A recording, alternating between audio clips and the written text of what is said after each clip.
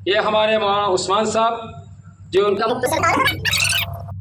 شروع اللہ کے نام سے جو بڑا مہربان اور نہایتی رحم کرنے والا ہے۔ تمام احباب درود پاک پڑھ لیجئے۔ اللہم صلی علی محمد وعلی آل محمد کما صلیت علی ابراہیم وعلی آل ابراہیم انکا حمید مجید۔ اللہم بارک علی محمد وعلی آل محمد کما بارکت علی ابراہیم وعلی آل ابراہیم انکا حمید مجید۔ ایک یقین تھا دل میں کہ خدا تو سنتا ہے جب کوئی دوسرا نہیں سنتا۔ ایک یقین تھا دل میں کہ خدا تو سنتا ہے جب کوئی دوسرا نہیں سنتا۔ بالآخر مجھ پہ یہ راز کھلا، کیا وہ سنتا ہے کیا نہیں سنتا۔ وہ سمیع و بصیر ہے لیکن بے عمل کی دعا نہیں سنتا۔ یہ فیصلہ ہے دین فطرت کا، یہ فیصلہ ہے دین فطرت کا، یہ فیصلہ ہے دین فطرت کا کہ بزدلوں کی خدا نہیں سنتا۔ خانہ کعبہ کے باہر نہ ایک درخت کے ساتھ سیدنا عمار بن یاسر رضی اللہ تعالیٰ عنہ کو باندھا ہوا ہے، اور ابو جہل، عتبہ اور ولید یہ 3-4 لوگ سیدنا عمار بن یاسر رضی اللہ تعالیٰ عنہ کی پٹائی کروا رہے ہیں۔ عمار بن یاسر کون ہے؟ غلام ہے، اور کس کے بیٹے ہیں؟ یہ پوری کائنات میں اسلام کی جو طاقتور عمارت آج وجود میں آئی ہوئی ہے، جس کے لیے محمد رسول اللہ صلی اللہ تعالی علیہ وسلم نے جب اعلان کیا کہ آؤ اللہ کے راستے میں کون ہے جو مال دے، اپنا جان دے، جسم دے، وقت دے۔ کائنات میں جب اسلام کی فاؤنڈیشن رکھنی تھی، جب دین اسلام کی بنیاد رکھی جانی تھی، جب ایسے لوگوں کی، ایسے بیٹوں کی، ایسی بیٹیوں کی، ایسے ملت اسلامیہ کے فرزندوں کی ضرورت تھی جو ملت اسلامیہ کی آبیاری کے اندر بنیاد کے پتھر بن جائیں، جن کے اوپر ایک طاقتور عمارت ایسی بلند ہو کہ دنیا کی تمام اقوام اور دنیا کے تمام حکمران یہ کہنے پر مجبور ہو جائیں کہ محمد الرسول اللہ صلی اللہ علیہ وسلم نے جو اعلیٰ ترین کائنات کے اندر تہذیب اور تمدن اسلام کی شکل میں عطا کیا ہے کہ اب قیامت تو آ سکتی ہے، یہ دین اپنی جگہ سے ہل نہیں سکتا ہے۔ تو جب اس کی بنیاد رکھنے کی بات آئی تو نبی علیہ السلام کی آواز پر جن لوگوں نے لبیک کہا، عمار بن یاسر ان کا بیٹا ہے۔ یہ مشائخ یونیورسٹی کی جو بنیاد کا پتھر ہے وہ عمار بن یاسر کی والدہ سیدنا سمیہ رضی اللہ تعالی عنہ کی ذات گرامی ہے، جنہوں نے کائنات میں سب سے پہلے اپنے خون کے قطرے ملت اسلامیہ کے وجود کو عطا فرمائے ہیں کائنات میں دین کے لیے۔ جس نے سب سے پہلے شہادت دی وہ کوئی مرد نہیں ہے، وہ 80 سال کی بوڑھی عورت سیدنا سمیہ رضی اللہ تعالیٰ عنہ کی ذات گرامی ہے۔ اتنی بڑی ماں کا بیٹا ہے، اور باپ بھی کوئی چھوٹا آدمی نہیں۔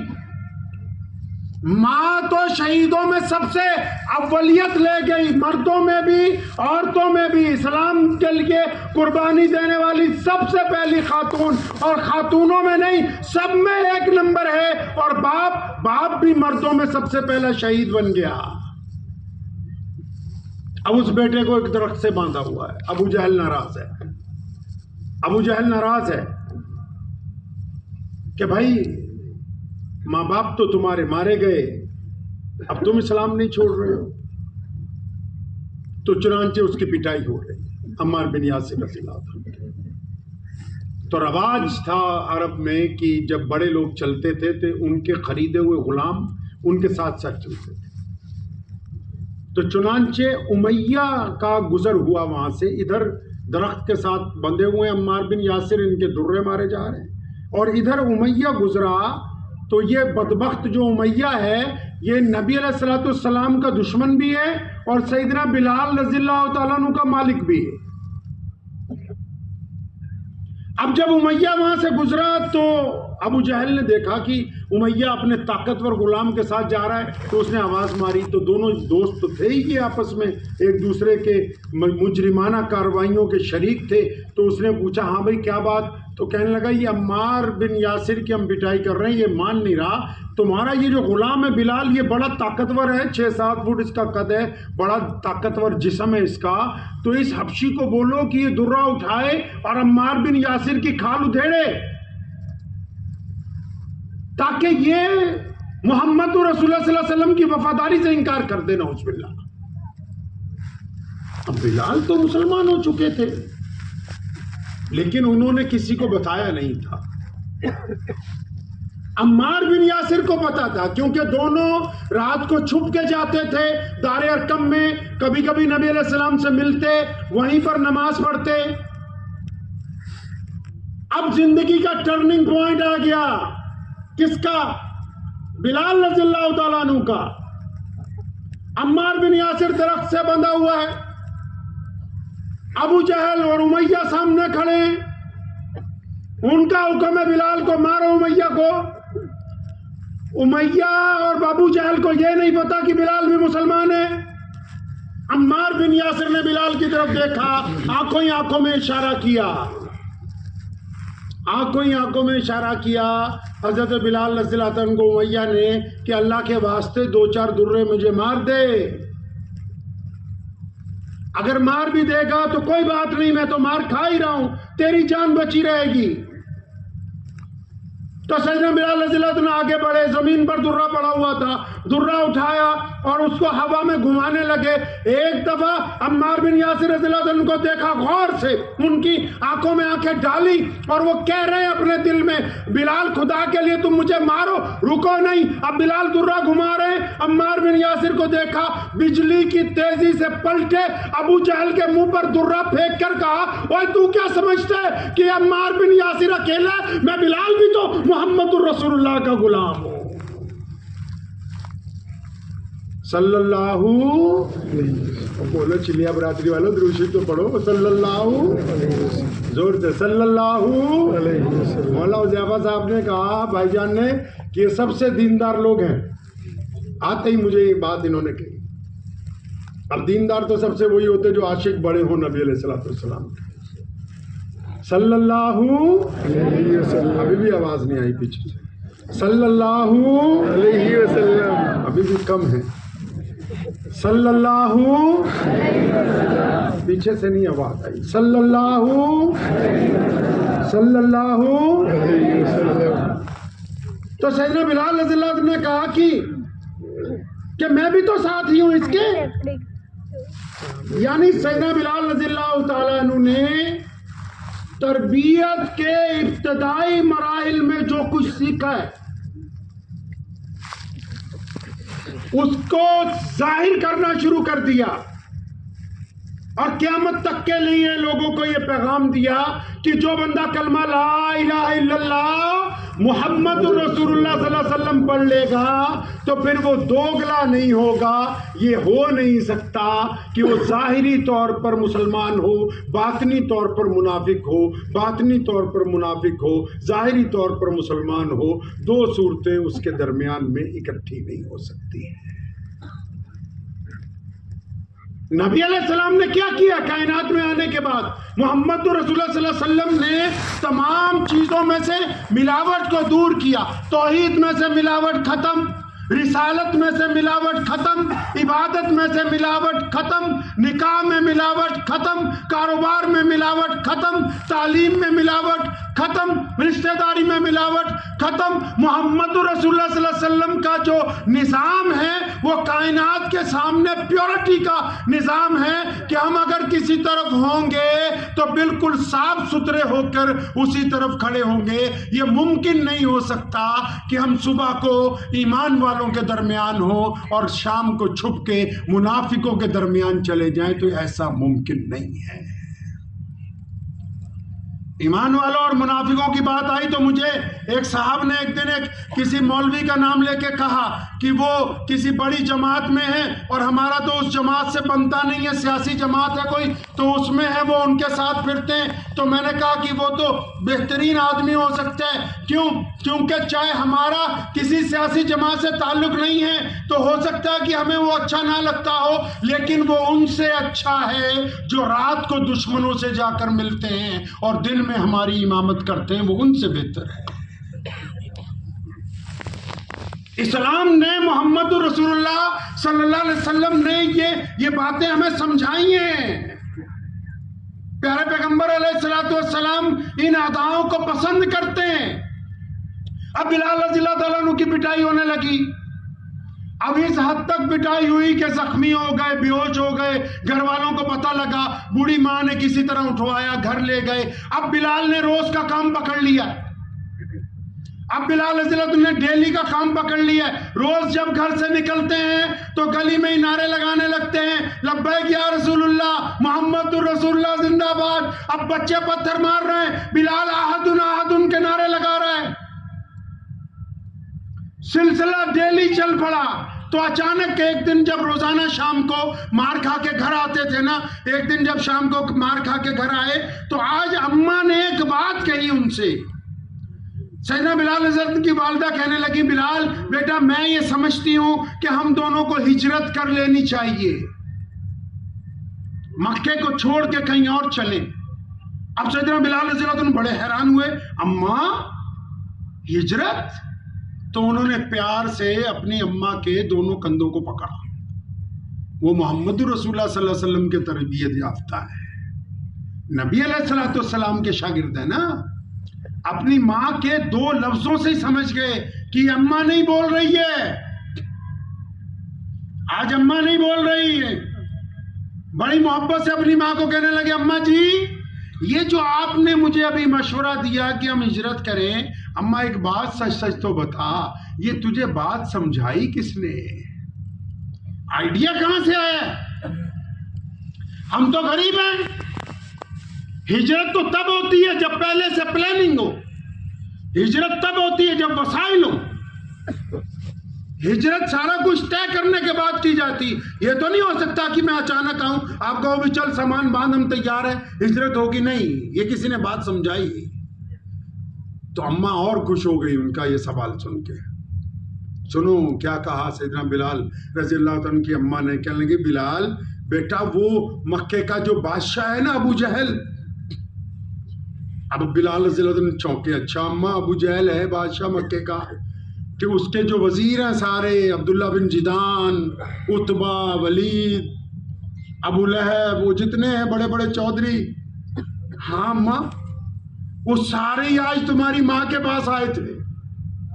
اب بلال بڑے حیران ہیں، اچھا اماں وہ سب ہمارے گھر پہ؟ ہاں اماں کہنے لگی، وہ سب ہماری جھونپڑی کے دروازے پہ آئے تھے اور انہوں نے آج آ کے کوئی دھمکی نہیں دی. آج آ کے انہوں نے کوئی دھمکی نہیں دی ہے، کوئی تھریٹ نہیں کیا مجھے. پھر کیا ہوا کہ کہنے لگی ان کی اماں، بلال آج ان سب نے آ کے میرے سے گزارش کی ہے کہ بلال کی ماں، یہ جو تیرا بیٹا ہے نا، یہ صبح سے لے کے شام تک محمد رسول اللہ صلی اللہ علیہ وسلم کی باتیں کرتا ہے، یہ صبح سے شام تک اللہ احد کے نعرے لگاتا ہے، یہ صبح سے شام تک صرف رسول اللہ صلی اللہ علیہ وسلم کا ذکر کرتا ہے. ہم نے اس کو مارا ہے، ہم نے اس کے گلے میں رسی ڈالی، ہم نے اس کی چھاتی پر وزندار پتھر رکھے، ہم نے تپتی ہوئی سلاخوں سے اس کے جسم کو داغا ہے، ہم اس کو گلی کوچوں میں گھسیٹتے رہے، ہمارے بچے اس پر روزانہ پتھر برساتے ہیں، لیکن یہ پتہ نہیں کس مٹی کا بنا ہوا ہے، دوسرے دن پھر صبح شروع ہو جاتا ہے. تو ہم تو سارے تنگ آ گئے ہیں، آج تیرے پاس ریکویسٹ لے کے آئے ہیں، تو بلال کی اماں ہے، خدا کے لیے کہ اس کو لے کے یہاں سے کہیں چلی جا۔ جب بلال حضرت نے یہ بات سنی نا کہ دشمن نے ریکویسٹ کی ہے، اپنی ماں کے کندھے تو پکڑے ہوئے تھے، جھوم گئے کہ اماں جی اللہ کی قسم ہم کامیاب ہو گئے، اللہ کی قسم ہم کامیاب ہو گئے۔ بیٹا وہ کیسے؟ فرمایا ماں یہ تو وہ لوگ ہیں جو کالوں کو انسان نہیں مانتے، یہ وہ لوگ ہیں جو غریب کو انسان نہیں مانتے، یہ محمد رسول اللہ کے دین کی برکت ہے کہ یہ بڑے بڑے بادشاہ آج بلال کی ماں کی جھونپڑی کے دروازے پر کھڑے ہیں۔ اس کا مطلب انہوں نے اسلام کی قوت کو تسلیم کر لیا ہے۔ اللہ کی قسم ہم کامیاب ہو گئے ہیں۔ پیارا نبی حضرت محمد رسول اللہ صلی اللہ تعالی علیہ وسلم کی ذات گرامی ہے، اور نبی علیہ السلام اپنے صحابہ کے درمیان ان کو درس دے رہے ہیں عزت کا، استقامت کا، سلامتی کا، سمجھا رہے ہیں ان کو جینے کے ڈھنگ۔ یہ جو دنیا میں تعلیم کی آج ہم بات کر رہے ہیں، ہم مشائخ فاؤنڈیشن میں بیٹھے ہوئے ہیں، یونیورسٹی بنانے کے لیے ہم قدم بڑھا چکے ہیں۔ اللہ تبارک و تعالیٰ بہت ہی اعلیٰ جنت میں مقام عطا فرمائے حضرت مولانا غلام بستانوی رحمۃ اللہ علیہ کو، اور پھر آپ تمام حضرات کو بھی کہ جنہوں نے یہ اقدامات کیے ہیں۔ لیکن یہ دیکھیں کہ اس کی ابتدا کہاں سے ہو رہی ہے۔ دنیا میں علوم پہلے بھی تھے، نبی علیہ السلام کے آنے سے پہلے بھی علم تھے، وہ علم تھے حساب کتاب کو جاننے کے، وہ علم تھے احکامات کو جاری کرنے کے، وہ علم تھے ظلم کو صادر کرنے کے، وہ علم تھے دوسروں پر سحر اور جادو کرنے کے۔ محمد الرسول اللہ نے ان علم کے اندر اسلام کے آداب کو داخل کیا۔ رسول اللہ صلی اللہ علیہ وسلم نے ان علوم میں اللہ تبارک و تعالیٰ کے علم کو فوقیت دی۔ نبی علیہ السلام نے ان علوم کا رنگ بدلا، ان کا ڈھنگ بدلا، ان کا طریقہ بدلا۔ پہلے لوگ صرف پیسہ کمانے کے لیے علم حاصل کرتے تھے، پہلے حساب کتاب رکھنے کے لیے علم حاصل کرتے تھے، صرف اپنی برتری حاصل کرنے کے لیے علم حاصل کرتے تھے۔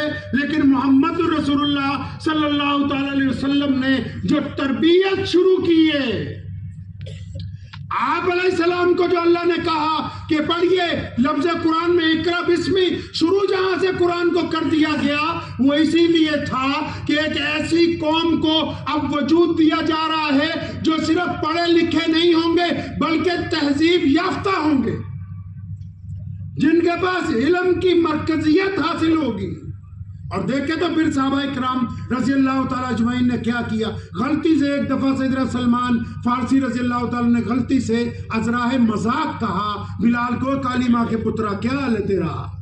اب بلال کے دل پہ لگ گئی۔ وہ نبی علیہ السلام کے پاس گئے، آنکھوں میں آنسو آ گئے، یا رسول اللہ صلی اللہ علیہ وسلم وہ سلمان مجھے کالی ماں کا بیٹا کہتا ہے۔ نبی علیہ السلام نے ان کو بلایا، سخت ڈانٹا، فرمایا اب بھی زمانہ جاہلیت کی باتیں کرتے ہو، اب تو محمد رسول اللہ صلی اللہ علیہ وسلم آ چکے، اب تو تمہارے پاس قرآن پہنچ چکا ہے۔ اب انہوں نے تو 100% مذاق میں کہا تھا، یہ اندازہ نہیں تھا کہ بات نبی علیہ السلام تک پہنچے گی۔ وہ مدینہ منورہ میں باہر سڑک پر آئے، زمین پر سامنے بلال آ رہے ہیں، زمین پر لیٹ گئے، اپنا چہرہ زمین پر لگایا ریت کے اوپر، بلال کو آواز دی کہ آؤ اور میری رخسار پر پیر رکھ کے نکلو کہ مجھ سے غلطی ہوئی ہے، میں نے آپ کو یہ کیوں کہا، مجھے کہنا نہیں چاہیے تھا، میں آپ سے معافی مانگتا ہوں۔ بلال قریب آئے، بلال کی آنکھوں میں آنسو ہیں، دونوں کندھوں سے ان کو پکڑا، اپنی چھاتی سے لگایا، وہ بھی رونے لگے کیونکہ دونوں جو ہے کلمے کے شریک بھائی ہیں۔ بلال کہنے لگے سلمان اگر کوئی دل سے معافی مانگ لے تو ایسا ہے جیسے اس نے کبھی گناہ کیا ہی نہ ہو۔ ابھی آپ کے پاس آنے سے پہلے کچھ دیر پہلے ہم لوگ یہاں دفتر میں بیٹھے تھے، حضرت مولانا حذیفہ صاحب مدثر کا انتظار کر رہے تھے بھائی جان کا، تو وہاں یہ گفتگو چلی تو میں نے ان حضرات سے کہا ٹھیک ہے کہ چلیا برادری بڑی معزز ہے اور بہت ہی ماشاءاللہ آپ لوگ دیندار ہیں، لیکن برادریوں سے آگے بڑھنا ہے، محمد الرسول اللہ صلی اللہ علیہ وسلم کی غلامی کو اختیار کرنا ہے۔ یہ بات درست ہے کہ اس کی مینجمنٹ ایک خاص برادری کے لوگ اس لیے کر رہے ہیں کیونکہ انہوں نے اس کے بیڑے کو اٹھائے، لیکن اس کے فیض کو پورے عالم کے لیے عام کرنا ہے۔ اور صرف مسلمانوں کے لیے ہی نہیں،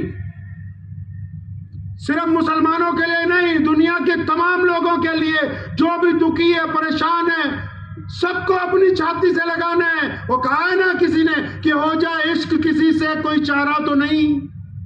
کنور مہندر سنگھ بیدی ایک بہت بڑے شاعر ہیں، ڈھونڈ لیجئے گا گوگل پہ، ہو جائے عشق کسی سے کوئی چارہ تو نہیں، صرف مسلم کا محمد پہ اجارہ تو نہیں۔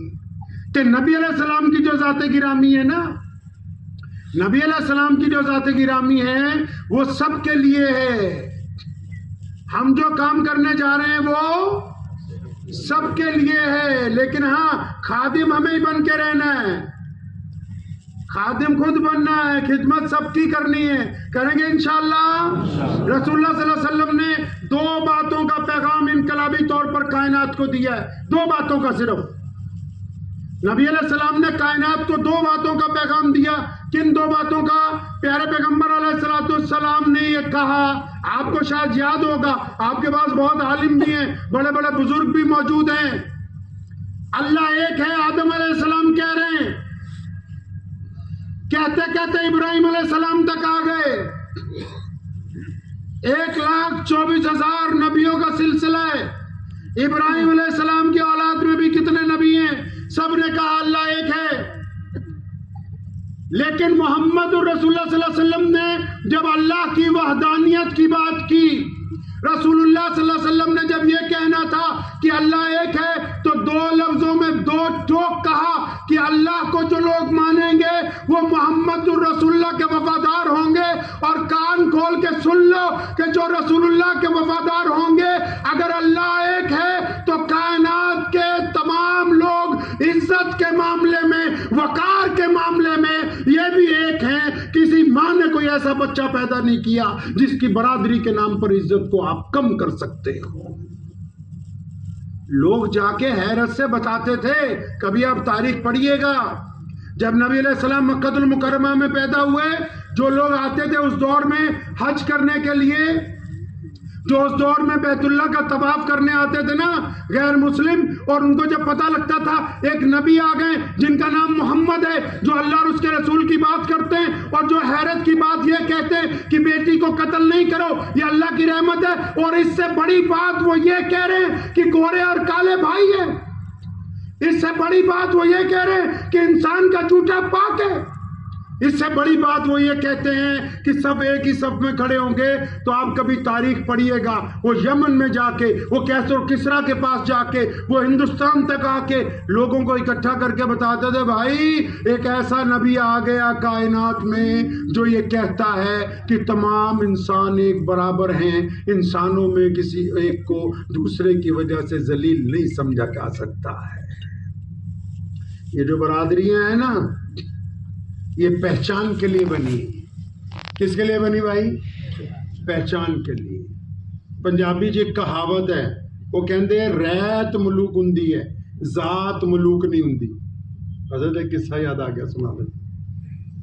پنجابی میں کہاوت ہے ریت ملوک ہندی ہے، ذات ملوک، مطلب جو ہم کام کرتے ہیں وہی اصلیت ہے ہماری، ذات اصلیت نہیں ہے۔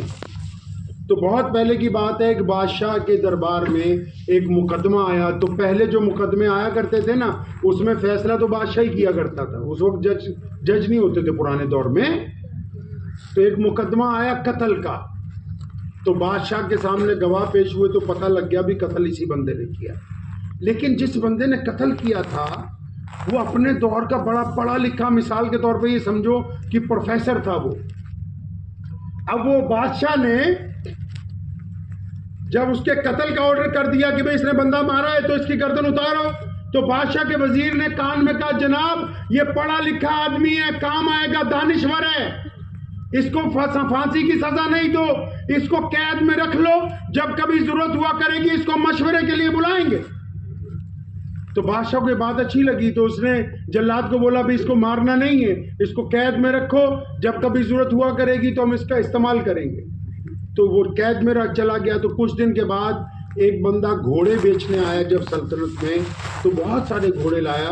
تو بادشاہ کے وزیر نے کہا حضور وہ جو دانشور ہم نے جیل میں رکھا ہے اس کو بلا کے گھوڑے چیک کروائیں، کیونکہ بہت قیمتی گھوڑے، پیسہ دینا ہے. تو اس کو بلایا تو اس نے سارے گھوڑے خریدے، سارے گھوڑے چیک کیے تو زیادہ تر ایک طرف کر دیے اور بیچ میں 15-20 گھوڑے نکال کے ایک طرف کر دیے. اب بادشاہ نے بولا یہ کیا کیا؟ بولا حضرت یہ سارے اصلی ہیں اور یہ جو میں نے الگ کیے ہیں یہ دوگلے گھوڑے. اب بادشاہ بڑا خوش ہوا تو اس نے بیوپاری کو بلا کے ڈانٹا کہ سچ سچ بتاؤ. وہ بولے بالکل ٹھیک کہہ رہا ہے کہ یہ سارے گھوڑے اصلی ہیں. یہ والے گھوڑے جو ہیں ان کی ماں پیدائش کے وقت مر گئی تھی تو ان کو گدھی کا دودھ پلاتے رہے اس لیے ان کی اور اس کی نسل میں. تو بادشاہ بہت خوش ہوا. تو بادشاہ نے کہا یار مطلب پیسے بچ گئے، ریاست کو پتہ لگ گیا بھی اصلی کیا ہے نکلی کیا ہے. تو بادشاہ اتنا خوش ہوا تو اس نے شاہی باورچی کو بلایا. تو اس کا جب لانگری آ گیا تو اس نے بادشاہ نے اس کو کہا لانگری کو کہ یہ جو قیدی ہے دانشور، جو نان ہم روز کھاتے ہیں، آپ نے دیکھا ہوگا نا بادشاہوں والا نان، پٹھانوں کا نان بھی آتا ہے نا بڑا، اس میں کاجو بادام قیمہ بہت کچھ، بہت بڑا ہوتا ہے وہ. تو بادشاہ نے کہا جو ہم نان روز کھاتے ہیں آج سے اس قیدی کو روزانہ ایک نان شاہی مطبخ سے جائے گا. قیدی بھی خوش ہوا، دانشور وہ بھی بڑا خوش ہوا. تو چنانچہ قیدی چلا گیا. اب 15-20 دن بعد ایک بندہ ہیرے جواہرات بیچنے کے لیے آیا. تو بادشاہ نے پھر کہا ابھی دانشور کو بلاؤ. دانشور صاحب آئے، سارے ہیرے چیک کیے تو کہنے لگے بادشاہ حضور یہ تمام کے تمام ہیرے جو ہیں کہ کانچ کو تراش کے بنائے گئے ہیں، اس میں اصلی ہیرا کوئی بھی نہیں. اب بادشاہ کو غصہ آیا تو جو ہیرے بیچنے آیا تھا وہ ڈر ڈر کے کانپنے لگا، کہتا حضور غلطی ہو گئی، میرے پاس قرض تھا، میں نے سوچا کہ آپ کو کانچ تراش کے دوں گا تو میرا قرض اتر جائے گا. بادشاہ بڑا خوش ہوا. تو وہ ہیرے والا تو چلا گیا. تو بادشاہ نے لانگری کو بلایا، کہنے لگا قیدی کو ایک روز نان دیتے ہیں نا؟ بولا ہاں جی روز ایک نان دیتے. بولا آج سے اس کے 2 کر دو. اب وہ جب قیدی نے، دانشور تھا قیدی، جب اس نے سنا 2 نان ملیں گے آج سے تو واپس جاتا جاتا بڑبڑانے لگا، کہتا مجھ کو تو بادشاہ بھی نکلی لگتا ہے، یہ اصلی نہیں.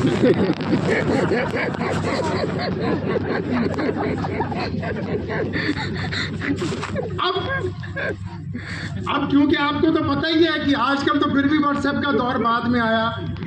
جو مخبر ہوتے ہیں اور سپاہیوں نے جب سنا تو انہوں نے اس کو تو پہلے قید میں چھوڑا، سیدھا ہی بادشاہ کو جا کے کہا حضور یہ تو اتنا بڑا گستاخ ہے، آپ اس کے نان بڑھا رہے ہیں، یہ تو آپ کے اوپر الزام لگا دیا اس نے.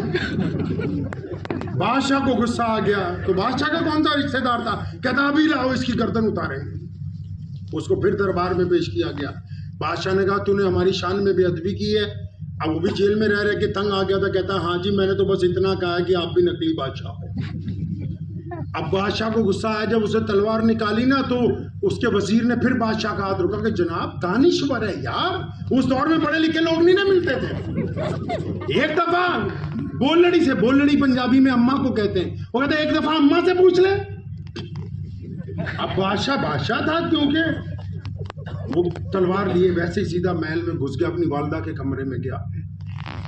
تو والدہ کے کمرے میں جا کے اس نے روب سے پوچھا میں کون ہوں، میرا باپ کون ہے؟ تو وہ بھی بڑے بادشاہ کی بیوی تھی.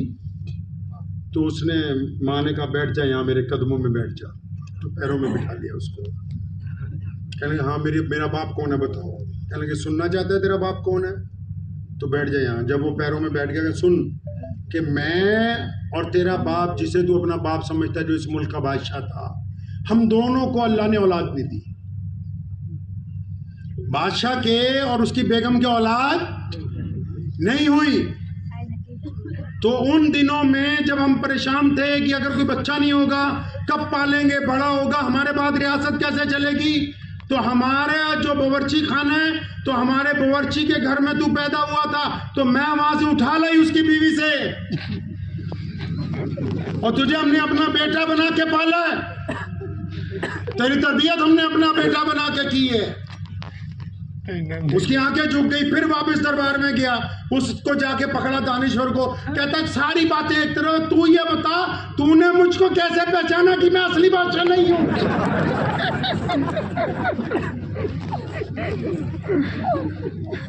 اب وہ اس نے بڑا سیدھا سادہ جواب دیا.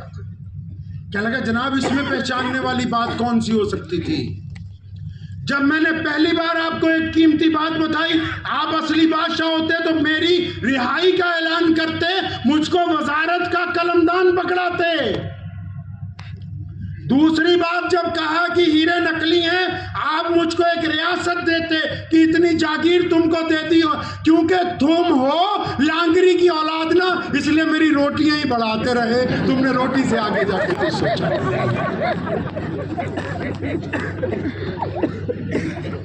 تو برادری بڑی فوقیت نہیں ہے. برادریاں دنیا میں دو ہیں، ایک ایماندار، جو لوگ ایماندار ہیں ان کی برادری ایماندار ہے، جو لوگ بے ایمان ہیں ان کی برادری ٹھگ ہے. باقی جتنے نام ہم نے رکھے ہیں، قرآن نے کہا، محمد الرسول اللہ نے کہا، ہمارے اکابرین کہتے ہیں، علماء بار بار سمجھاتے ہیں کہ یہ تمام کے تمام نام صرف پہچان کے لیے رکھے ہوئے ہیں تاکہ شناخت ہو جائے کہ ہم کس خطے کے رہنے والے ہیں، کس رنگ کے رہنے والے ہیں، کس بلڈ لائن کے رہنے والے ہیں. کسی ذات اور برادری کی وجہ سے ایک دوسرے کے اوپر فوقیت حاصل نہیں ہو سکتی ہے. تو حضرت امام جنید بغدادی رحمۃ اللہ علیہ، بہلول دانا کا نام تو آپ نے سنا ہوگا، بہت بڑے بزرگ گزرے ہیں اور وہ مغضوب تھے. تو حضرت امام جنید بغدادی رحمۃ اللہ علیہ ایک دن سیر کرنے کے لیے نکلے اپنے شاگردوں کے ساتھ. تو بہلول دانا وہاں دریا کے کنارے بیٹھا ہوتا، تو امام صاحب نے دیکھا بہلول ہے تو گئے اس کو سلام کرنے. جب جا رہے تھے تو شاگردوں نے کہا امام صاحب رک جاؤ، یہ بہت بدتمیز ہے، آپ کی بے عزتی کر دے گا. تو انہوں نے کہا نہیں بھائی بے عزتی نہیں کرے گا. گئے سلام کیا، وعلیکم السلام، کون ہے بھائی تو؟ فرمایا جی میں جنید. فرمایا کون سا جنید؟ کہنے جو میں یہاں درس دیتا ہوں. اچھا. کہتا تو امام جنید بغدادی ہے؟ کہ ہاں میں امام جنید بغدادی ہوں. اچھا پھر تو تجھے کھانے کا سنت طریقہ پتا ہوگا. تو حضرت امام جنید بغدادی اس کے پاس زمین پر بیٹھ گئے دریا کے کنارے. فرمایا ہاں جی وہ ایسا ہے نا کہ سنت طریقہ یہ ہے کہ ہاتھ منہ دھو کے اطمینان سے بیٹھیں اور کوشش یہ کریں کہ ہر چیز چاروں طرف پاک ہو، اور بسم اللہ پڑھ کے اللہ کے نبی علیہ السلام پہ درود بھیج کے جب کھانا شروع کریں. تو جنید بغدادی ابھی باتیں بتا ہی رہے تھے تو ادھر بہلول کو غصہ آیا. اس نے مٹھی بنا کے زور سے مکہ جنید بغدادی کے مارا اور فرمایا تو اتنا بڑا مولوی بنا پھرتا ہے، تجھے تو کھانا کھانے کا طریقہ نہیں بتایا ابھی تک. تو اٹھ کے وہ بھاگ گیا وہاں سے جنید بغدادی. بہلول دانا وہاں سے اٹھ کے بھاگ گیا. تو شاگرد آ گئے چاروں طرف سے. حضرت ہم نے کہا تھا نا کہ آپ کی بے عزتی کر دے گا.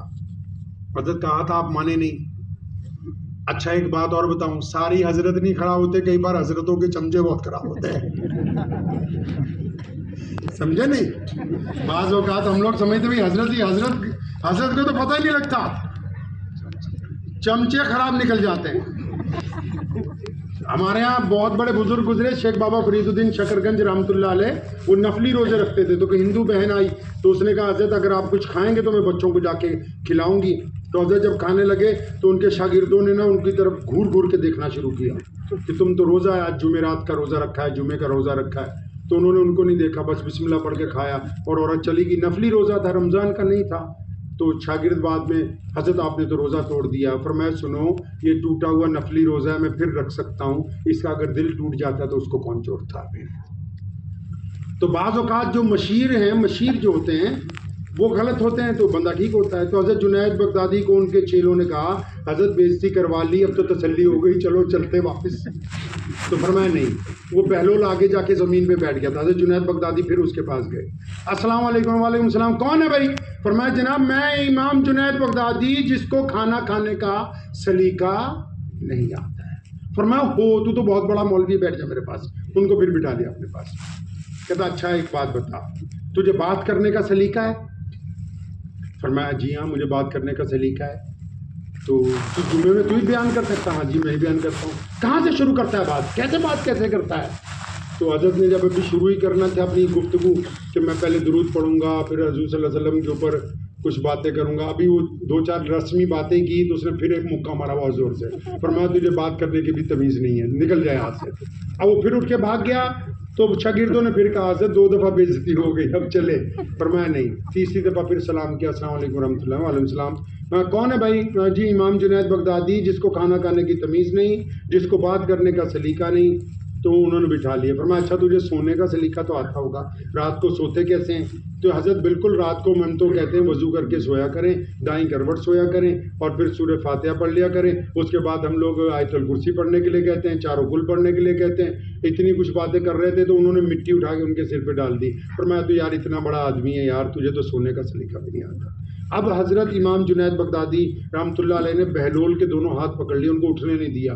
کہنے لگے میری بات سن لے، اب تجھے مجھے یہ تینوں باتیں بتانی ہوں گی. تو بہلول نے کہا سن جنید، کھانا کھانے کی تمیز یہ نہیں ہے کہ کھانا اچھا ہو، کھانا کھانے کی تمیز یہ نہیں ہے کہ برتن اچھے ہوں، ڈائننگ ٹیبل اچھا ہو، ہاتھ صابن سے دھلے ہوئے ہوں، شکل تمہاری قبلے کی طرف ہو، تم بسم اللہ پڑھ کے کھا رہے ہو. فرمایا یہ تو ضرورتیں ہیں، تمیز کھانا کھانے کی یہ ہے کہ جنید تم کھانا کھانے سے پہلے 100% یہ بات طے کر لو کہ جو لقمہ تم نے اٹھایا ہے یہ حلال کا ہے کہ حرام کا ہے.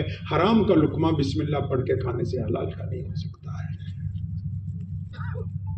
گفتگو کرنے کی تمیز یہ نہیں ہے کہ آپ کیا کہہ رہے ہیں، تمیز یہ ہے کہ کیا آپ اللہ اور اس کے رسول صلی اللہ علیہ وسلم کی رضامندی کے لیے کہہ رہے ہیں کہ دنیا کی رضامندی کے لیے کہہ رہے ہیں. اگر اللہ اور اس کے رسول کی رضامندی کے لیے کہہ رہے ہیں تب تو آپ رسول اللہ کے طریقے کے اوپر ہیں. اگر دنیا داروں کی رضامندی کے لیے کہہ رہے ہیں تو پھر آپ اس کے طریقے کے اوپر نہیں ہیں. ہمارے یہاں تو رواج چل پڑا نا، تقریر سے پہلے مولوی کو سمجھانے لگتے ہیں حضرت یہ نہ کہہ دینا، حضرت وہ نہ کہہ دینا، حضرت یہ نہ کہہ دینا. نہیں سمجھے؟ جو دین کے ڈپلیکیٹ ٹھیکیدار ہیں، اسلام کا بیڑا گرک تو انہوں نے کیا ہوا ہے زیادہ.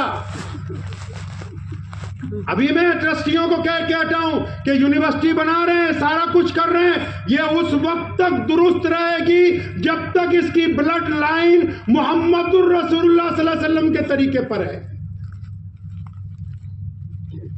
جنید بغدادی نے کہا کہ سنو، بہلول نے کہا کہ سن جنید، رات کو سونے کا طریقہ یہ نہیں ہے کہ وضو کیا، آیات پڑھی، اپنے پر دم کیا، یہ تو ضروریات ہیں، لیکن اصل طریقہ یہ ہے کہ جب تم بستر پہ پہنچ جاؤ تو اپنے دل کو غیبت سے، کینے سے مکمل طور پر پاک کر کے سو، کیونکہ جو لوگ بوجھ لے کے سوتے ہیں ان کا سونا ایک برابر ہے اور جاگنا ایک برابر ہے، ان کے اندر کوئی فرق آنے والا نہیں ہے. تربیت کے اصول محمد الرسول اللہ صلی اللہ تعالی علیہ وسلم نے طے کیے ہیں. آئیے بھائی جان نے ابھی ایک واقعہ سیدنا حذیفہ بن یمان رضی اللہ تعالیٰ عنہ کا بیان کیا. بڑی آفیشل میٹنگ میں تھے وہ، جس دور میں اسلام تیزی سے آگے بڑھ رہا تھا، دوسرے بادشاہوں کے ساتھ ٹاک کرنے کے لیے گئے. اس وقت جب لقمہ زمین پہ گرا، اٹھانے لگے تو پی اے نے کہا کہ مت اٹھاؤ، یہ سامنے والے غیر مسلم سمجھیں گے کہ ان کو تمیز نہیں ہے، یہ ٹکڑا زمین سے اٹھا کے کہا رہا ہے. فرمایا تم کیا چاہتے ہو کہ میں دنیا والوں کی رضامندی کے چکر میں محمد الرسول اللہ صلی اللہ علیہ وسلم کے احکامات کو فراموش کرتے ہو؟ اپنی مٹی پہ چلنے کا ہنر سیکھ لو. سنگ مرمر پر چلو گے تو پھسل جاؤ گے. گاڑی 10 کروڑ کی ہو لیکن اس میں مسلح اور لوٹا رکھا ہوا ہو، کمرہ بہترین عمارت میں بنا ہوا ہو لیکن دسترخوان زمین پر لگا ہوا ہو،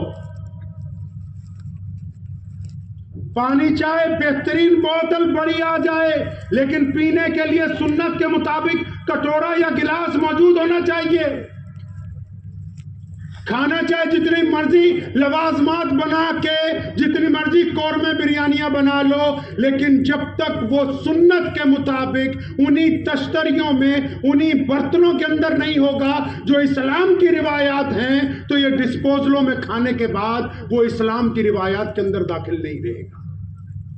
کپڑے جتنے مرضی قیمتی ہوں لیکن پاجامہ یا پینٹ ٹخنوں سے اونچی ہو، عمارت جتنی مرضی بلند بنا لیں لیکن نماز کے وقت تمام کام کچھ دیر کے لیے رک جائیں.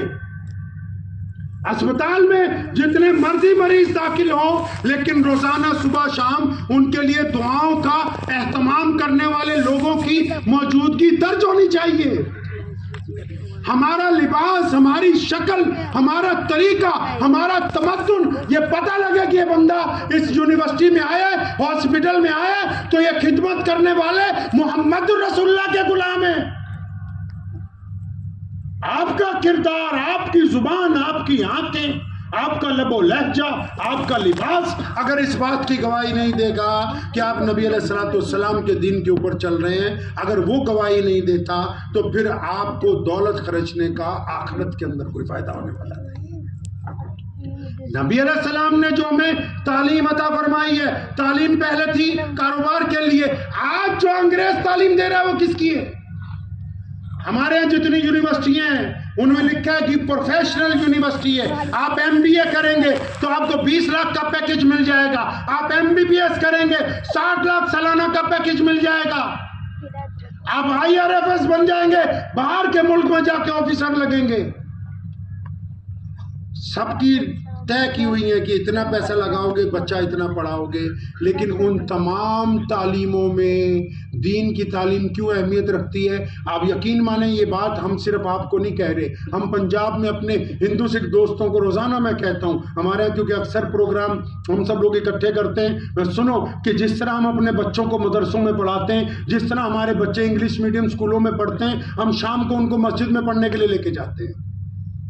پوری دنیا میں اسلام اس لیے قائم ہے کہ ہماری پوری دنیا کے مسلمانوں کے بچے چاہے وہ آکسفورڈ میں پڑھتے ہوں، چاہے وہ لاس اینجلس میں پڑھتے ہوں، چاہے وہ ٹوکیو میں ہو، چاہے وہ فرانس میں ہو، چاہے وہ جرمن میں ہو، چاہے وہ اسپین میں ہو، جب وہ دوپہر کو اسکول سے آتے ہیں تو ہمارے ماں باپ ان کو کار میں بٹھا کے کہاں لے کے جاتے ہیں؟ اسلامک کمیونٹی سینٹر میں ایک مولوی کے پاس چھوڑ کے آتے ہیں، اور اگر وہ مولوی کے پاس نہیں لے جاتے تو مولوی ہر ہفتے ہمارے گھر پہ پڑھانے کے لیے آتا ہے۔ کیوں؟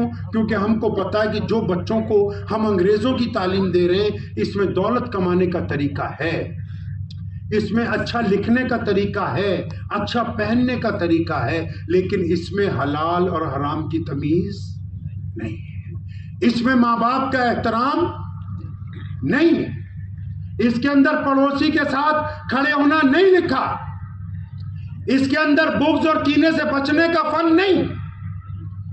آپ اگر اپنے بچوں کو تعلیم یافتہ بنا رہے ہیں تو ان کی تعلیم کے ساتھ دین اس لیے ضروری ہے۔ اگر ہم یہاں پر یہ جو یونیورسٹی کو ہم اپریشیٹ کرنے کیوں آئے ہیں، مولانا حذیفہ صاحب کیوں آئے، ہم کیوں آپ کو اپریشیٹ کر رہے ہیں؟ کیونکہ ہمیں لگا کہ آپ دین کے مطابق ایک ادارہ قائم کرنے جا رہے ہیں۔ آپ کا بیٹا اگر میل نرس بنے گا، آپ کی بیٹی اگر نرس بنے گی، آپ اگر کسی کو ڈاکٹر بنائیں گے تو وہ پرسکرپشن لکھتے ہوئے اس بات کا خیال رکھے گا کہ میں نے مریض کی جیب نہیں کاٹنی، میں نے اس کو شفا کا راستہ بتانا ہے، کیونکہ اس کے قلب میں محمد رسول اللہ صلی اللہ علیہ وسلم کی محبت شامل ہے، اس لیے اس کو حلال اور حرام کی تمیز آ جائے گی۔ آپ کو کیوں کہہ رہے ہیں بار بار اس میں پیسہ لگاؤ؟ کیونکہ جب اس میں پیسہ لگائیں گے تو یونیورسٹی تو تیار ہوگی، لیکن اس کا اجر جو ہے وہ قیامت والے دن بھی ملنے والا ہے، اس کا اجر بعد میں بھی ملنے والا ہے۔ یہ تو نہیں ہے کہ صرف اس کا اجر دنیا کے اندر ہی ملے گا۔ تو اس بات کو ذہن نشین کر لیجئے آپ اچھی طرح کہ ہمارا مقصد محمد رسول اللہ صلی اللہ علیہ وسلم کے طریقے پر چلنے سے آگے پہنچنے والا ہے۔ دنیا کے جس مرضی بلند مرتبے پر پہنچ جائیے، لیکن سنتوں کو مت چھوڑیے گا۔ میں مذاق کے بغیر کہہ رہا ہوں آپ کو، میں 2-3 دفعہ گجرات آیا ہوں، بوتل میں پانی پی پی کے تھک گیا، کوئی گلاس ہے ہی نہیں، تو میں نے ان سے پوچھا کئی لوگوں سے کہ 50 سال پہلے پانی کیسے پیتے تھے آپ؟ 10 سال پہلے تک پانی کیسے پیتے تھے؟ کس نے کہا کہ ڈسپوزل لے آؤ؟ 10 سال پہلے کس میں کھانا کھا رہے تھے؟ کس نے کہا صرف پلاسٹک کی کرسیوں پر ہی بیٹھنا ہے؟ دسترخوان کہاں ہے؟ کہاں وہ ساری اعلیٰ روایتیں؟ اپنی مٹی کو مت چھوڑیں۔ آپ چاہے سونے کا لقمہ بنا کے کھائیے، لیکن کھائیے نبی علیہ السلام کے طریقے سے۔ آپ چاہے بہترین لباس پہنیے، لیکن پہنیے محمد رسول اللہ صلی اللہ علیہ وسلم کے طریقے سے۔ ابھی بھی میں ان سے پوچھ رہا تھا ٹرسٹیوں سے، میں کبھی پوچھا چندہ لینے کی سنت کیا ہے؟ تو بولے ہم نے تو کبھی پوچھا نہیں۔ میں کہ نبی علیہ السلام نے جب چندے کا اعلان کیا اور میں آؤ تمہاری جان بھی چاہیے مال بھی چاہیے, تم میں جو قابل ہیں آ کے کام کرو, تم میں جو ٹیلنٹ کے لوگ ہیں آ کے اپنا ٹیلنٹ دکھاؤ, جو ٹیلنٹ نہیں دکھا سکتے وہ رقم لگاؤ, جو رقم نہیں لگا سکتے آ کے مزدوری کرو, ہمارے کندھے سے کندھا لگاؤ. یہ محمد رسول اللہ کی سنت ہے, نبی علیہ السلام کی سنت ہے کہ جب چندہ آ جائے رقم جمع ہو جائے اس کو فوری طور پر خرچ کر دو. کھانے پینے میں بھی تو نبی علیہ السلام کی سنتیں ہونی چاہیے نا. ہم تو کبھی پوچھتے ہی نہیں, ہم تو بولے صبح قورمہ اور صبح کو قیمہ اور ساتھ میں نان, دوپہر کو بریانی اور ساتھ میں مرغے کا قورمہ, شام کو پھر دوبارہ بریانی اور اس کے ساتھ جناب علی کوئی دیسی مرغا, صبح اٹھتے پھر نہاری. اللہ اکبر. نبی علیہ السلام نے تو 24 گھنٹے گوشت نہیں کھایا. ہم اس کثرت کے ساتھ نعوذ باللہ جو بنیادی سنتیں ہیں ان کو چھوڑ رہے ہیں. اس سے یہ خطرہ کھڑا ہو گیا کہ کیا صرف اسلام ہمارے پاس دکھاوے کا رہ جائے گا. ابھی آپ تمام حضرات بیٹھے ماشاءاللہ, یہ پورا علاقہ اللہ والوں کا ہے اور سب دیندار ہیں. آپ کو تو پتہ ہی ہوگا کہ پائجامہ جو ہے ٹخنوں سے, ارے بولتے رہو بس, اور 10 منٹ میں چھوڑ دیں گے آپ کو انشاءاللہ.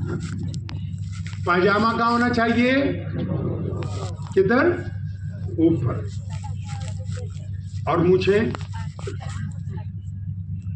ہونٹوں سے. اب یہ جو پاجامہ ٹخنوں سے اوپر ہونا چاہیے, تو میں ایک واقعہ دوبارہ بتا دیتا ہوں. بھائی جان بیٹھے ہوئے ہیں.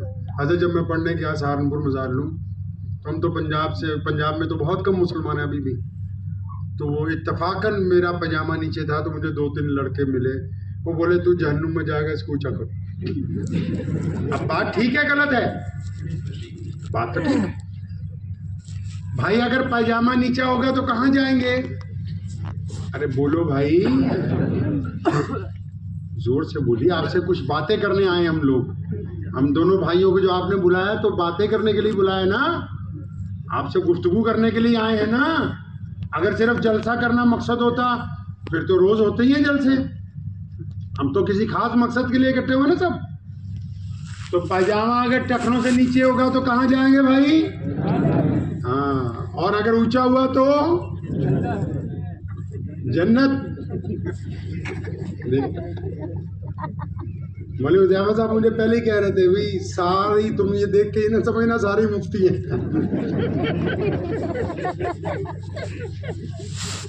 لیکن یہ جو بخاری شریف میں حضرت ابو بکر صدیق رضی اللہ تعالیٰ عنہ کے بارے میں لکھا ہے کہ جب ان کو پتہ لگا کہ پاجامہ اونچا رکھنا چاہیے, لاچا, وہ لنگی باندھتے تو تھوڑے ہیلدی تھے نا, تو بار بار کھسک جاتے. اور نبی علیہ السلام کے پاس دوڑے گئے, یا رسول اللہ میں تو بڑا حرکت میں پڑ رہا ہوں, یہ بار بار کھسک جاتا ہے. اور فرمایا گھبرا کیوں رہا ہے, قصدن تھوڑی نیچے کیا ہے, لیکن اس کو رکھنا اوپر ہے. کہاں رکھنا ہے جی, کہاں رکھنا ہے پاجامے کو, اوپر. کیوں,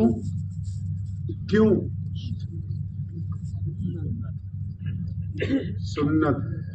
صحیح جا رہے ہو بالکل. اور کسی کو کوئی ایکسکیوز.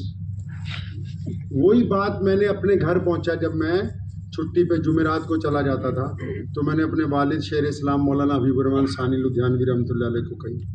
ہمارے ابا میں ایک ہی سب سے بڑی خاصیت جو ہم نے ساری زندگی نوٹ کی, بغیر سنت کے کبھی کوئی کام نہیں. تو میں کہا ابو آپ یار ہم سے جھوٹی بولتے رہے. ہمارے ابا کہا کرتے تھے بھی ہمیں اپنا دوست سمجھو. میں آپ ہمیں جھوٹی بولتے رہے. بولے کیا, میں کہا آپ تو کہتے ہو کہ ماں کے پیروں کے نیچے جنت ہے, وہ مدرسے والوں نے بتایا کہ وہ ٹکڑوں میں پھنسی ہوئی ہے.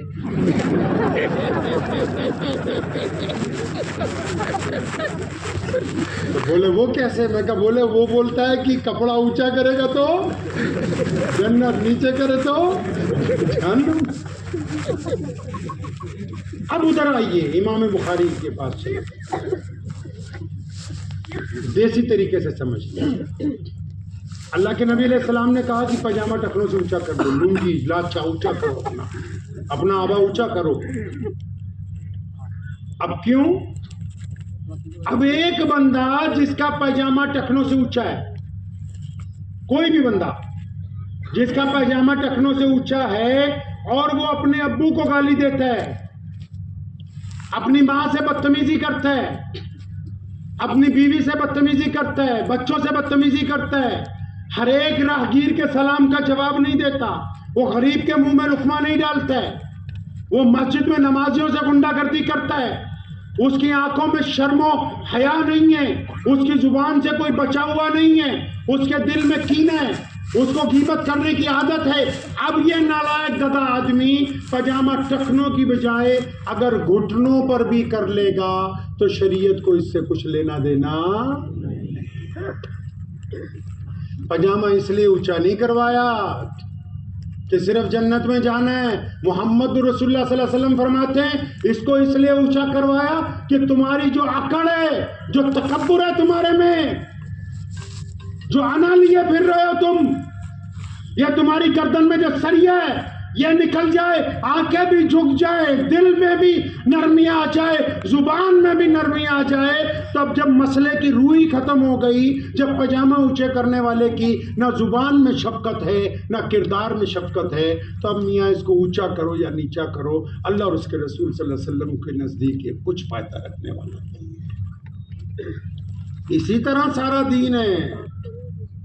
اگر آپ کا کردار بول رہا ہے کہ آپ اچھے مسلمان ہیں، تب اللہ اور اس کے رسول صلی اللہ علیہ وسلم کے نزدیک آپ بہتر ہیں۔ اگر آپ کا اپنا دل نہیں کہتا، ایک چیز تو جھوٹ نہیں نہ بولتی، کون سی؟ ہمارا ضمیر تو جھوٹ نہیں بولتا کبھی۔ ضمیر کہہ رہا ہے کہ تو بے ایمان ہے۔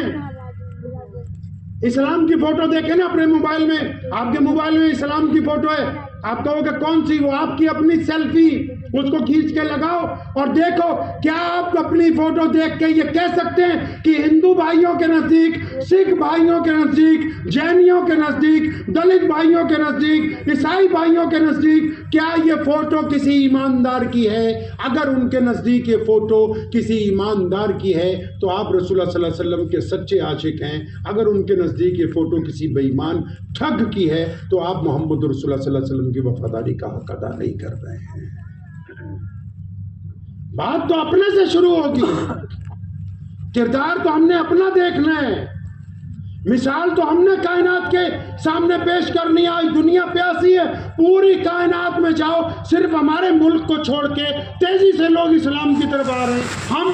ہم خود اپنے مسائل میں پریشان ہیں، ایک دوسرے کی ذات اور برادریوں پر تنقید کو لے کے پریشان ہیں۔ ابھی مشائخ یونیورسٹی کے ٹرسٹیوں کو کہا، میں نے کہا اپنا ایک طاقتور امیر طے کرو، یہ سنت ہے محمد رسول اللہ صلی اللہ علیہ وسلم کی۔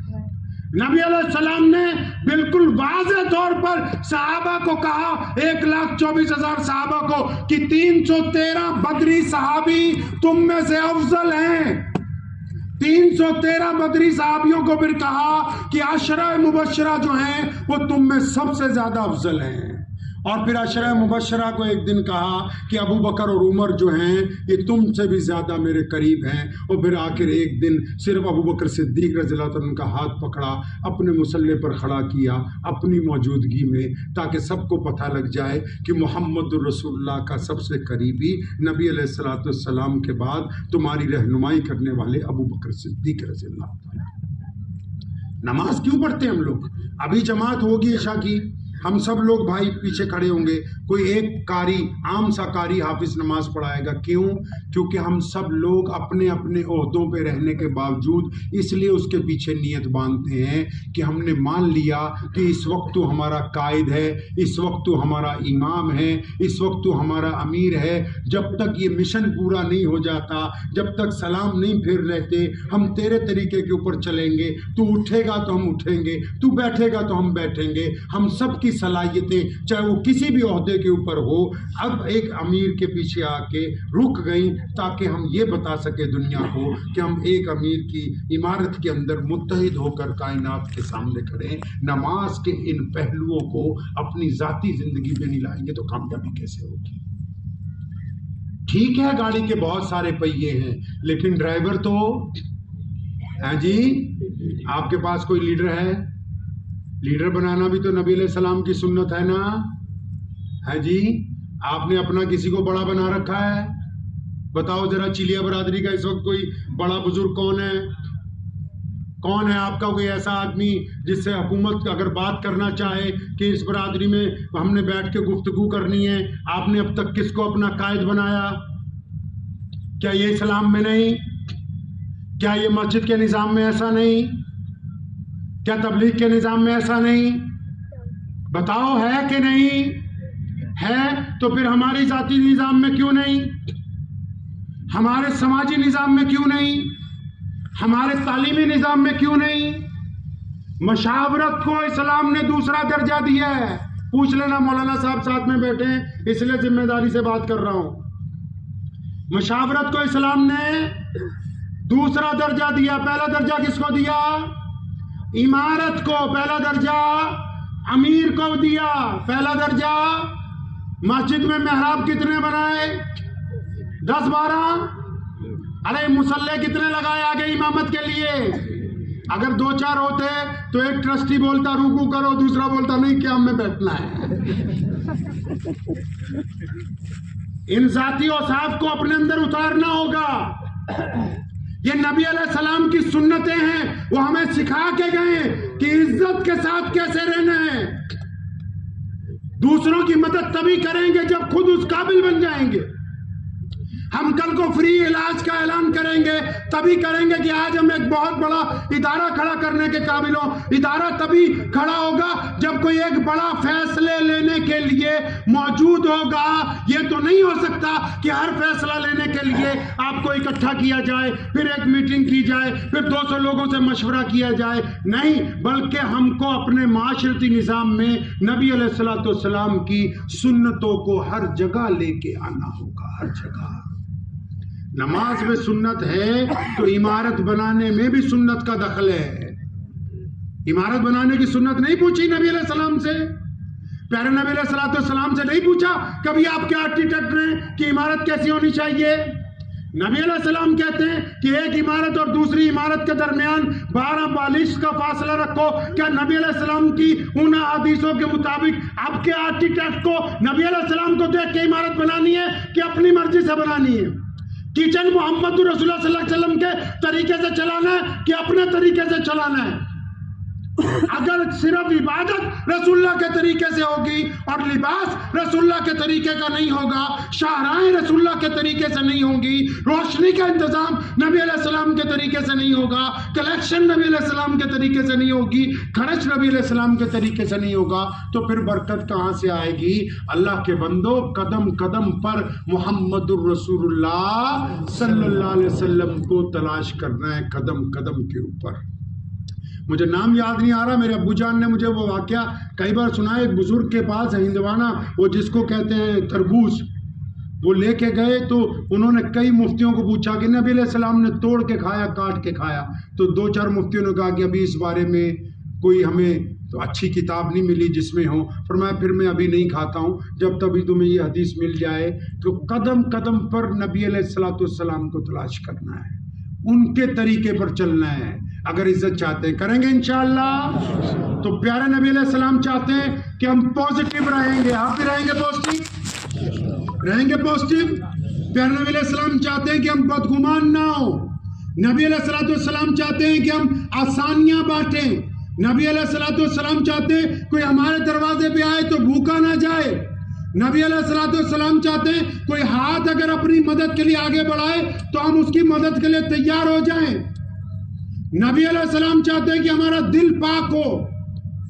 تو ہم ذاتی زندگی میں بھی ایسا کریں گے نہیں کریں گے انشاءاللہ؟ تو وقت بھی بہت ہو گیا ہے، تو دعا کریں اللہ کریم مجھے بھی اور آپ سب کو بھی ان باتوں پہ عمل کرنے کی توفیق عطا فرمائے. اور یہ کوئی بڑا مشکل کام نہیں ہے. یہ جو یونیورسٹی کھڑی کرنی ہے، میں تو کئی بار گجراتیوں کو کہا کرتا ہوں تم پوری دنیا میں چندہ دیتے رہو، اپنے غریبوں کو کچھ مت دینا. ابھی ایک جگہ، میں جگہ کا نام نہیں لوں گا، گیا تھا مسجد میں، وہ بولے بہت کروڑوں روپے لگا کے بنائی، تو محلے میں 4-5 مسلمانوں کے گھر ٹوٹے ہوئے تھے. وہ ٹھیک ہے، باہر کے بھی مدرسوں کو ضرورت ہوگی، لیکن ایک طے کرو کہ یہاں بس اتنے فیصد دینا ہے.